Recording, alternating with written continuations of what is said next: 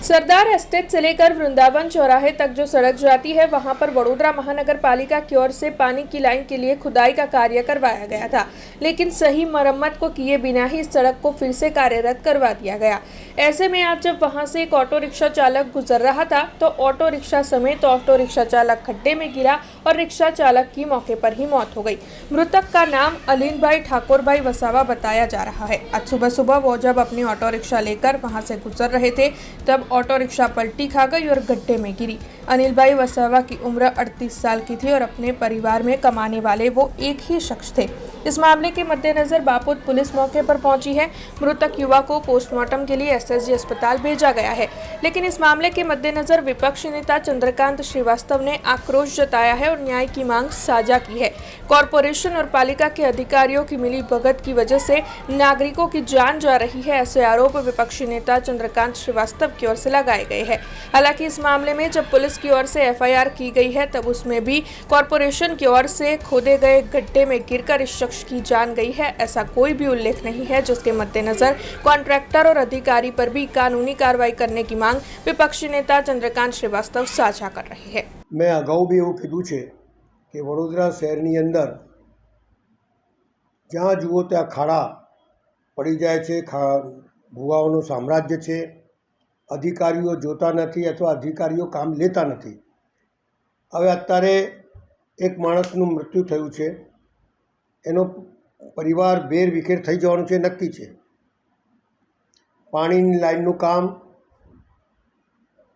એની કાળજી એમને રાખવાની કે કોઈ રાહદારી આ બાજુથી નીકળે નહીં, એના માટે જુદા જુદા બોર્ડ લગાવીને એને કવર કરવાનું હોય।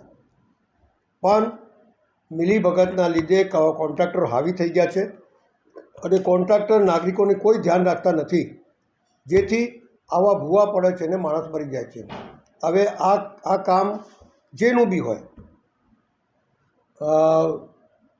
એક અનિલભાઈ વસાવા જે રિક્ષા ચાલક હતા બચારા, પોતાનું પેટીયું ભરવા માટે ત્યાંથી નીકળ્યા અને સરદાર એસ્ટેટથી વૃંદાવન 4 રસ્તાની વચ્ચે જે ભૂવો પડેલો હતો ને જેના માટે કોઈ એવી તકેદારી નહીં રાખવામાં આવી હતી કે અહીંયાથી નહીં નીકળવું, બચારાના ખાડામાં પછડાયો પડ્યો ને મરણ થયું છે।